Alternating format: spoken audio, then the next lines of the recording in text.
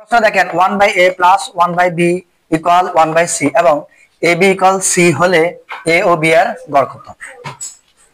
তো এখানে বলছে 1/a plus 1/b equal 1/c। ঠিক আছে, এটা নিয়ে আমরা সমাধান করি, a এবং b যোগ করি, তাহলে লসাগু করলে কি হবে a b।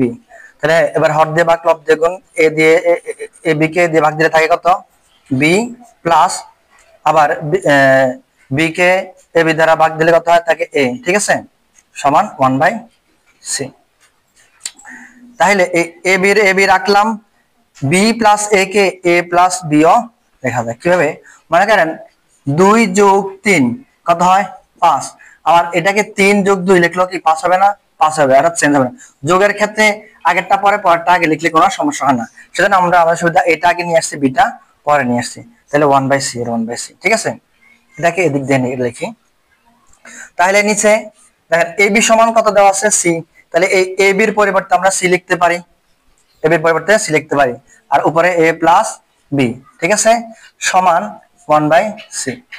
এবার এখানে দেখেন এই পাশেও c আছে, এই পাশেও c আছে, কাটা যায়, তাহলে a প্লাস b ইকুয়াল 1।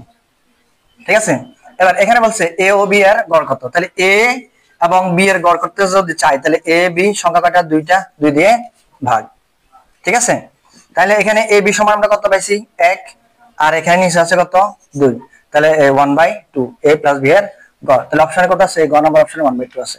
ঠিক আছে।